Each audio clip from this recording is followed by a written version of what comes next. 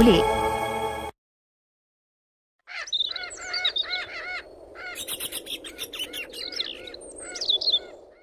Monsoon के महीने में पारुल मेनका सलोनी से हो जाती है।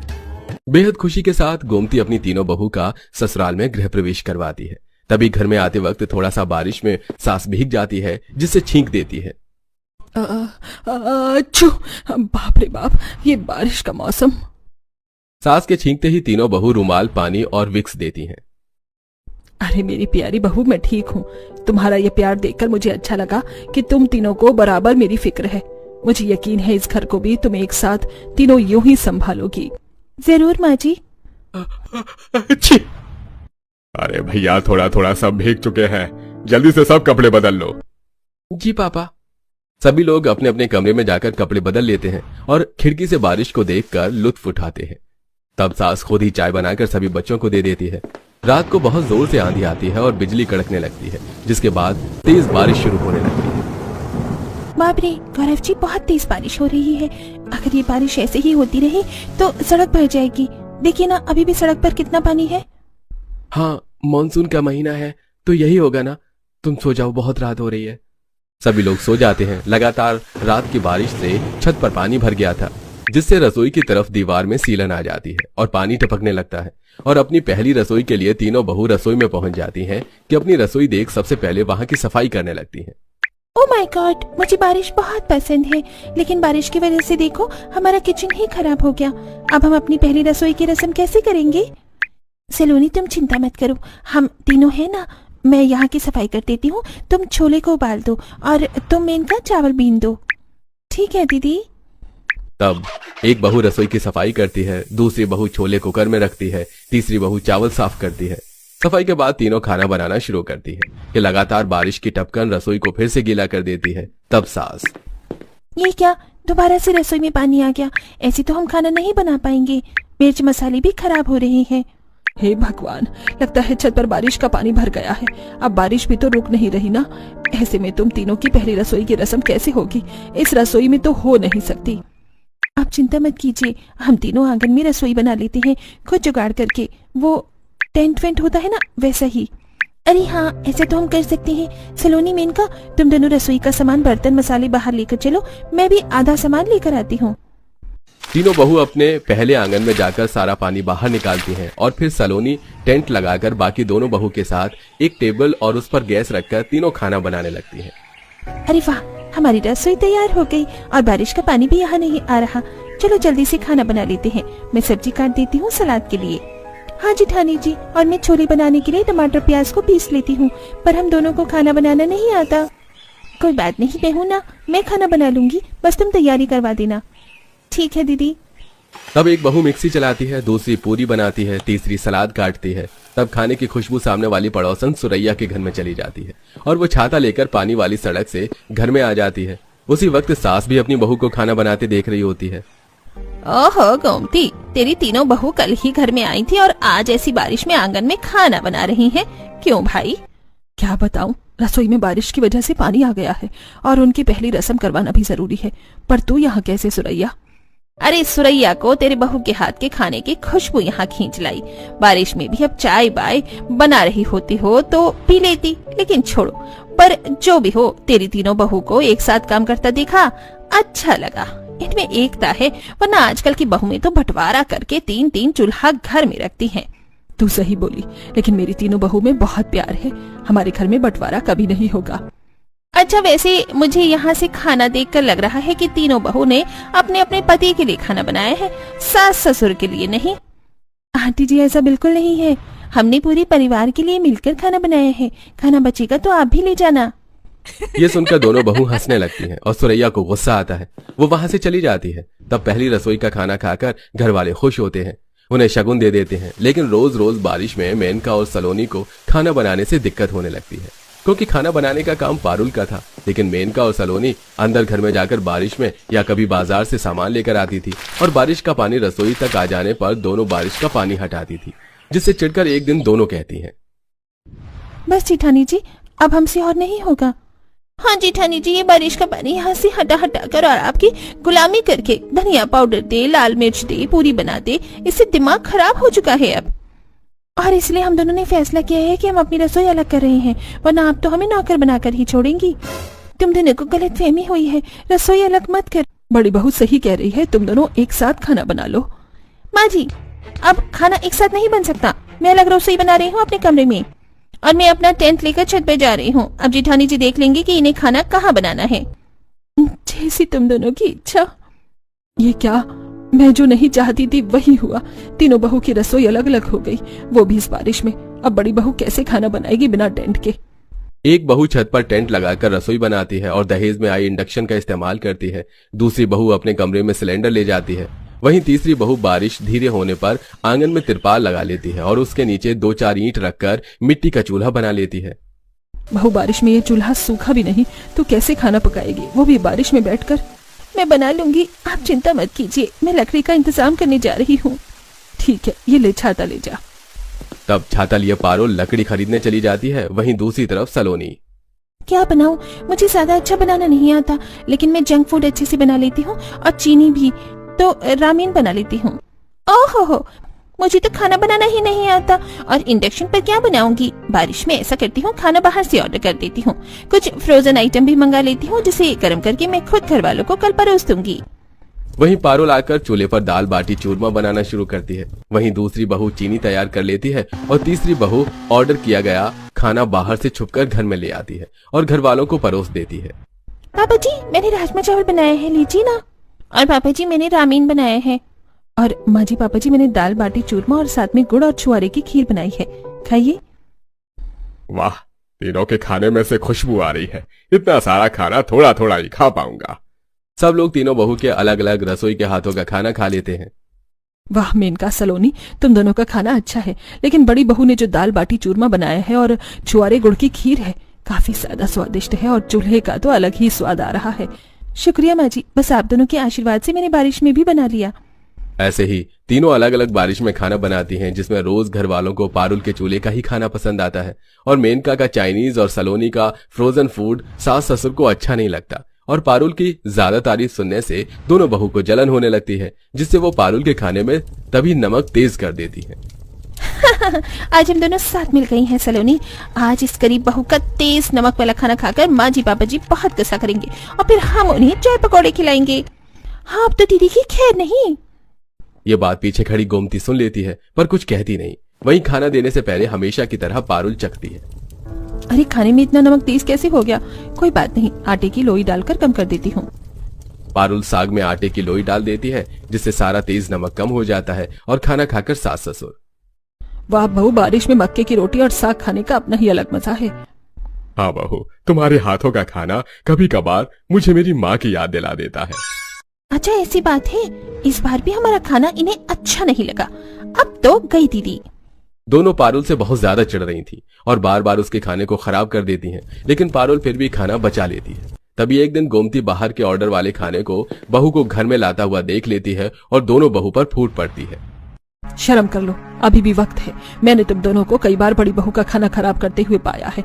खुद बना नहीं सकती हो और अगला बना रहा है तो उसे खराब करने में लगी रहती हो। खुद कबूलोगी या निकालो इस बारिश में घर से बाहर तुम दोनों को। नहीं नहीं माँ जी, प्लीज ऐसा मत कीजिएगा। हाँ, हमने जलन के कारण दीदी का खाना खराब किया। सॉरी जेठानी जी, सॉरी माँ जी, बस हमें एक मौका दे दीजिए। ठीक है, एक मौका दूंगी, लेकिन अपनी जेठानी से खाना बनाना सीख लेना, वरना घर के बाहर का रास्ता याद कर लेना।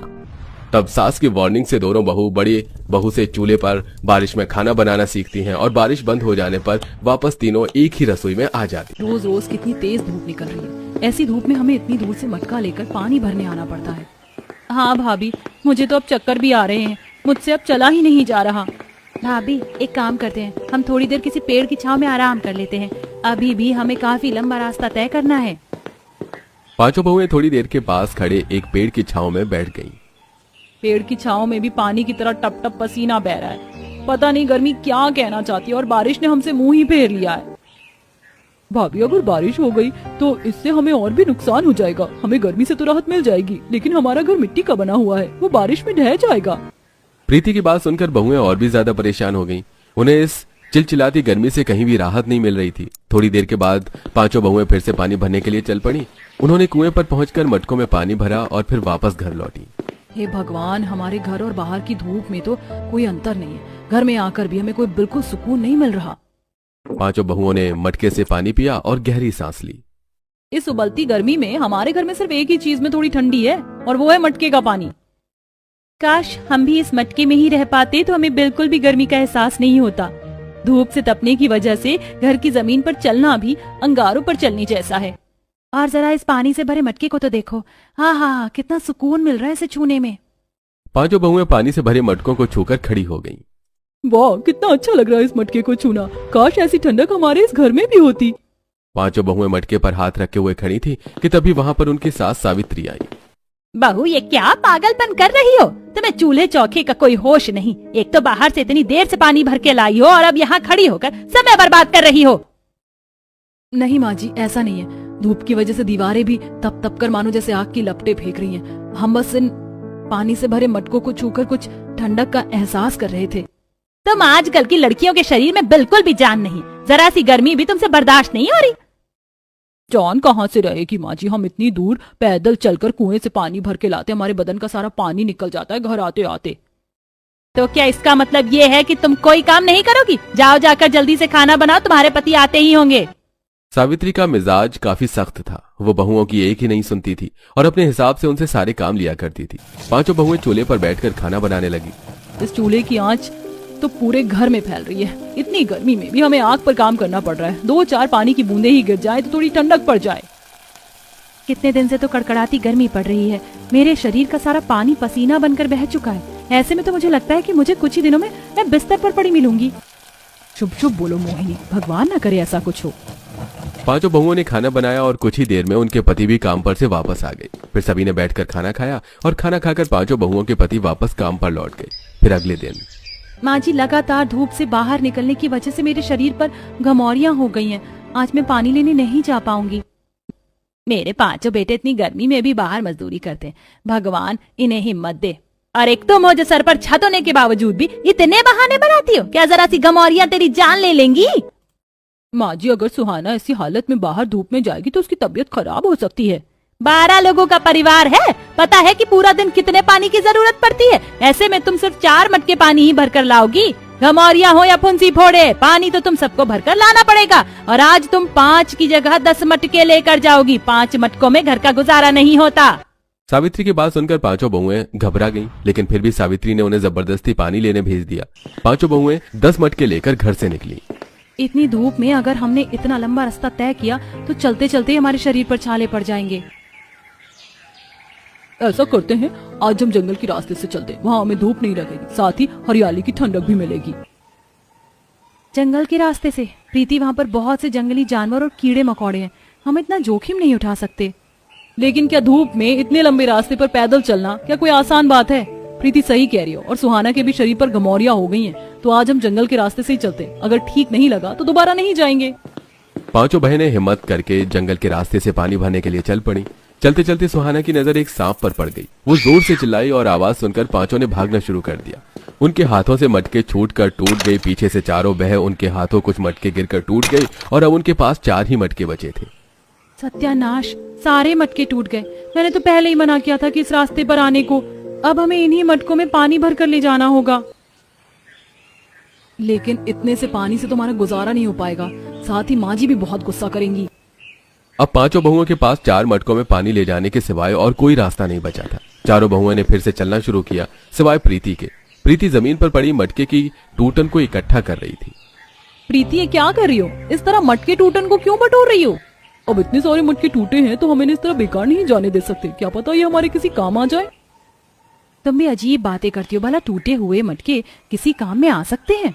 अरे भाभी, क्या आप जानती नहीं, प्रीति और उसकी बचकानी हरकतें, ये घर ले जाकर इनसे बच्चों के साथ खेल लेगी। इस पर सभी बहुएं हंस पड़ी। फिर थोड़ी देर चलने के बाद वो नदी पर पहुंची, वहां से पानी भरा और फिर वापस घर को निकल पड़ी। हाँ, इतनी धूप में भी कितना सुकून दे रहा है ठंडे पानी का मटका। मेरा बस चले तो मैं इसी में गोता लगा लूं। हाँ, क्यों नहीं सुहाना, लगा कर देखो गोता। तुम गोता लगा पाओगी या नहीं ये तो नहीं पता, लेकिन तुम्हारा मुंह इसमें जरूर फंस जाएगा। सच में इन मटकों को हाथ में लेकर चलने से इतना सुकून मिलता है कि मन करता है मटकों का ही घर बनाकर उसमें रहने लगूं। तो क्या कहती है नंदनी भाभी, क्यों ना सुहाना और प्रीति को मटके में ही फिट कर दिया जाए? हंसी मजाक करती हुई पांचों बहुएं वापस घर लौटी। उनके हाथों में पानी के सिर्फ 4 मटके देखकर सावित्री एकदम गुस्से से भर गई। क्या हो गया जितना दांत दिखाती हुई आ रही हो? और ये तुम्हारे हाथों में सिर्फ 4 मटके क्यों? बाकी के 6 मटके कहाँ हैं? माँ जी आज तो हम बाल बाल बच गए, नहीं तो वो सांप हमें डस ही लेता। क्या सांप? इस पर बहुओं ने सावित्री को जंगल में हुई सारी बात बताई। सत्यानाश, तुम्हारा एक मामूली से सांप से डरकर तुमने इतने सारे मटके फोड़ दिए। मेरे बेटे कितनी मुश्किल से 2 पैसे बचा पाते हैं, उसमें भी तुम आए दिन नुकसान करती रहती हो। मैंने कल ही नए मटके मंगाए थे और अब पहले से भी कम मटके हैं हमारे पास। माफ कर दीजिए माँ जी, हमने जानबूझकर ऐसा नहीं किया। तुम्हारी लापरवाहियां दिन पे दिन बढ़ती जा रही हैं। काम से बचने के रोज नए बहाने ढूंढती हो और एक भी काम ढंग से नहीं करती। सावित्री ने अपनी बहुओं को खूब डांट लगाई, लेकिन फिर भी पांचों बहुएं सांस दबाई खड़ी रहीं। कुछ देर बाद सावित्री गुस्सा करके वहां से चली गई। माँ जी को सिर्फ अपने बेटों की चिंता है, हमारे दिन भर की हुई मेहनत उन्हें कभी दिखाई नहीं देती। माना कि हमारे पति बाहर काम करते हैं, लेकिन हम कौन सा इस घर में आराम करते हैं? घर में कोई सुख सुविधा नहीं है, एक पल को भी यहाँ चैन नहीं मिलता है। बाहर से आई थकी हारी बहुओं ने चूल्हे पर बैठकर खाना बनाया और अचानक से ही ठंडी ठंडी हवा चलने लगी। लगता है कि गर्मी को हम पर तरस आ ही गया। कितनी अच्छी हवा चल रही है। इस हवा से तो कितनी जल्दी पसीना सूख गया। घर में इतनी ठंडक हो गई मानो जैसे गर्मी पड़ ही ना रही हो। बहुओं ने देखा कि आसमान में काले बादल गहरा रहे थे। हे भगवान, कितनी काली घटा आ रही है। कहीं जोरदार बारिश न पड़ जाए, इससे हमारे कच्चे घर को बहुत नुकसान हो जाएगा। नंदिनी ने इतना कहा ही था कि तभी अचानक हवा तेज आंधी में बदल गई। हे भगवान, कितना तेज तूफान है। सारे खिड़की दरवाजे बंद कर दो, वरना घर की हर एक चीज धूल से भर जाएगी। बहुओं ने दौड़ दौड़ कर खिड़की दरवाजे बंद किए, लेकिन अफसोस इसका कोई फायदा नहीं हुआ। घर की छत पर झाड़ फूस की बनी थी। आंधी के एक ही तेज झोंके में घर की आधी छत उड़ गई। पूरे घर में धूल ही धूल भर गई। सावित्री और बहुएं खांसने लगी। तेज हवा के झोंकों से खाने पर ढके बर्तन उड़ने लगे। बहू, जल्दी खाने को ढक, वरना सारा खाना किरकिरा हो जाएगा। बहुओं ने खाने को ढका, लेकिन बहुत देर हो चुकी थी। खाना पूरी तरह धूल से भर चुका था। घर की आधा छप्पर उड़ चुका था और अब घर में सब तरफ धूल के गुबार फैल गए थे। देखा तुम पांचों को, बहुत ज्यादा हाय गर्मी करने की लगी थी। अब देखो, गर्मी तो गई, लेकिन अंजाम तुम्हारे सामने है। माँ जी, आपको हर बात में सिर्फ हमारी ही गलती दिखाई देती है। भला ये मौसम हमने थोड़ी ना खराब किया है। मुझसे जुबान मत चला बहू, वरना अंजाम अच्छा नहीं होगा। ज्यादा गर्मी कर रही थी ना तुम, अब देख लो नतीजा। घर की आधी छत गायब हो गई, खाना खराब हो गया। अपने पतियों के आने से पहले तुम्हें सब कुछ ठीक करना होगा। इतना कहकर सावित्री वहां से चली गई। माँ जी, हमें इंसान की जगह मशीनें समझती हैं क्या? भला इस छप्पर को हम किस तरह ठीक करेंगे? शिकायतें करने से कोई फायदा नहीं। हमारे सिवा भला इस काम को कौन करेगा? वो सब तो ठीक है रागिनी, लेकिन हम इसे ठीक कैसे करेंगे?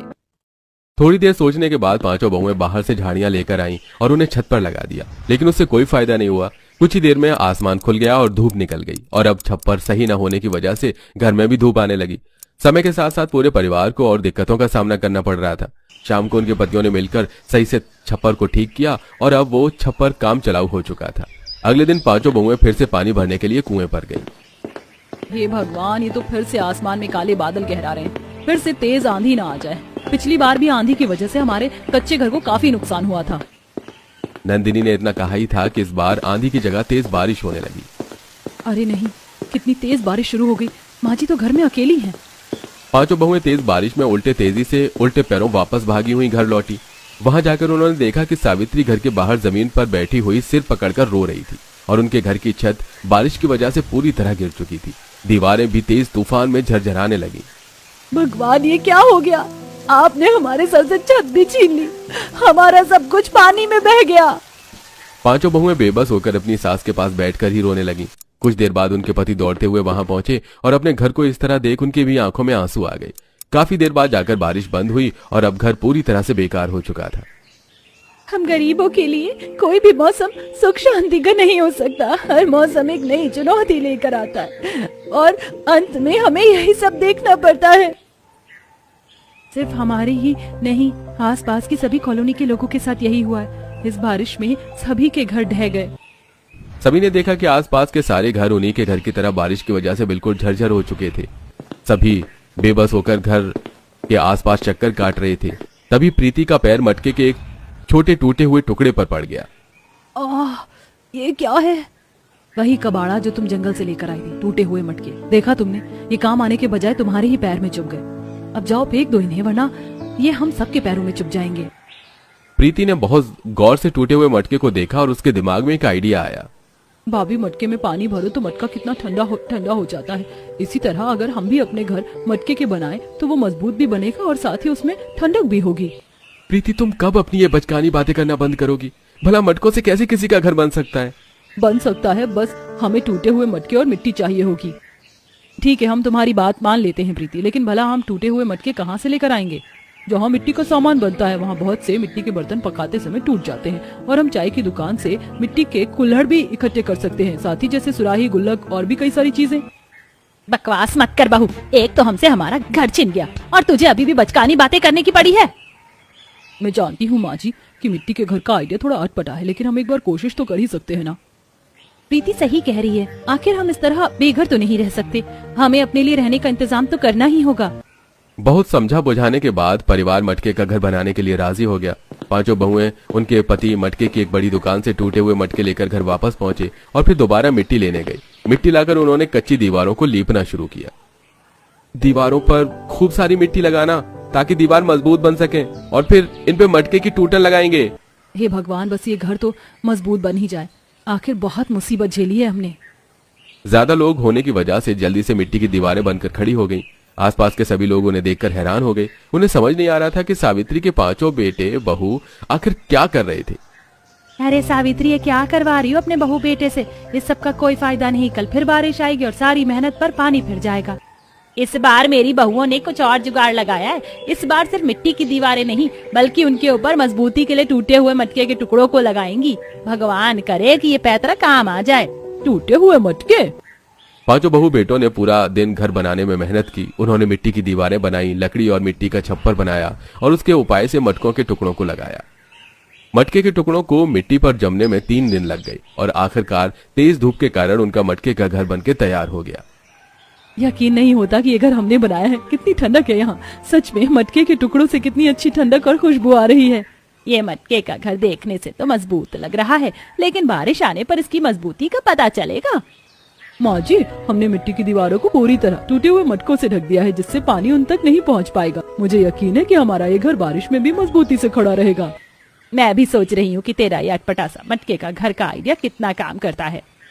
शाम को सभी आराम से बिस्तर बिछाकर लेट गए। घर में अब पहले के मुकाबले काफी ठंडक थी। अब दीवारें पहले की तरह नहीं तप रही थी। आस पड़ोस के लोगों को भी मटके का घर अच्छा लगने लगा। मुझे तो लगता है कि ये मटके का घर सच में कामयाब है। तो पता चलेगा जब मौसम खराब होगा, तेज आंधी बारिश और तूफान आएंगे, फिर देखते हैं कि मटके का घर कितना टिक पाता है। आसपास के लोग मटके के घर को देखकर इसी तरह बातें किया करते, जबकि वो खुद बारिश में घर ढह जाने तिरपालों में रह रहे थे। फिर एक दिन मौसम फिर से खराब हो रहा है, कहीं उस दिन की तरह तेज बारिश और तूफान ना आ जाए। हे भगवान, इस बार हमारे घर को बचा लो। थोड़ी ही देर में पूरा आसमान काली घटा से ढक गया और तेज तेज हवाएं चलने लगी। ये देख सावित्री और पांचों बहुओं का दिल घबराने लगा। कितनी तेज हवा चल रही है, कहीं हमारे साथ फिर से पहले की तरह ना हो जाए। शुभ शुभ बोल बहू, एक तो मन पहले से ही घबरा रहा है। सास बहुएं घर में बैठी घबरा रही थी और कुछ ही देर में तेज बारिश शुरू हो गई। ये देख अब वो और भी ज्यादा डर गईं। लगा कि अब फिर से उनका घर बारिश में ढह जाएगा, लेकिन इस बार पहले के जैसा कुछ भी नहीं हुआ, बल्कि मटके के टुकड़ों पर बारिश पड़ने की वजह से घर और ज्यादा ठंडा हो गया। ऐसा मुझे ही लग रहा है, या घर सच में पहले से भी ज्यादा ठंडा हो गया है। आखिरकार हमारा ये मटके का घर कामयाब हो ही गया। मटके के टुकड़ों पर पानी पड़ने की वजह से मटके में पानी भरने से मटका और पानी दोनों ठंडे हो जाते हैं। उसी तरह हमारा घर भी ठंडा हो गया। वाह बहू, तेरा आइडिया तो सच में कमाल का निकला। कितनी अच्छी ठंडक हो गई है घर में, अब हम सुकून से यहाँ रह सकते हैं। कुछ देर बाद बारिश बंद हो गई, लेकिन घर अभी भी काफी ठंडा था। इसी खुशी में सावित्री ने अपनी बहुओं से पकौड़े बनवाए। आसपास के लोगों ने आकर जब उनके घर की ठंडक महसूस की तो उन्होंने भी अपना एक मटके का घर बनाने का फैसला लिया। सोचा नहीं था कि ये मटके का घर रत्न बढ़िया निकलेगा। इसमें तो एसी कूलर से भी ज्यादा ठंडक हो रही है। हम भी काफी दिनों से तिरपालों में रह रहे हैं, जिसमें ना तो बारिश से, ना धूप से और ना ही आंधी से किसी से भी बचाव नहीं हो पाता। इस घर को बनाने का आइडिया मेरी बहुओं का था। कुछ दिन मेहनत करने पर ये घर बनकर तैयार भी हो गया। तुम भी तिरपालों में समय गुजारने से अच्छा है ऐसे ही मटके के घर बनाकर उनमें रहने लगो। लोगों को सावित्री की बात सही लगी। फिर इसके बाद वो सब भी टूटे हुए मटके लेकर आए और पांचों बहू बेटों की मदद से उन्होंने भी मटके के घर बनाने की शुरुआत की।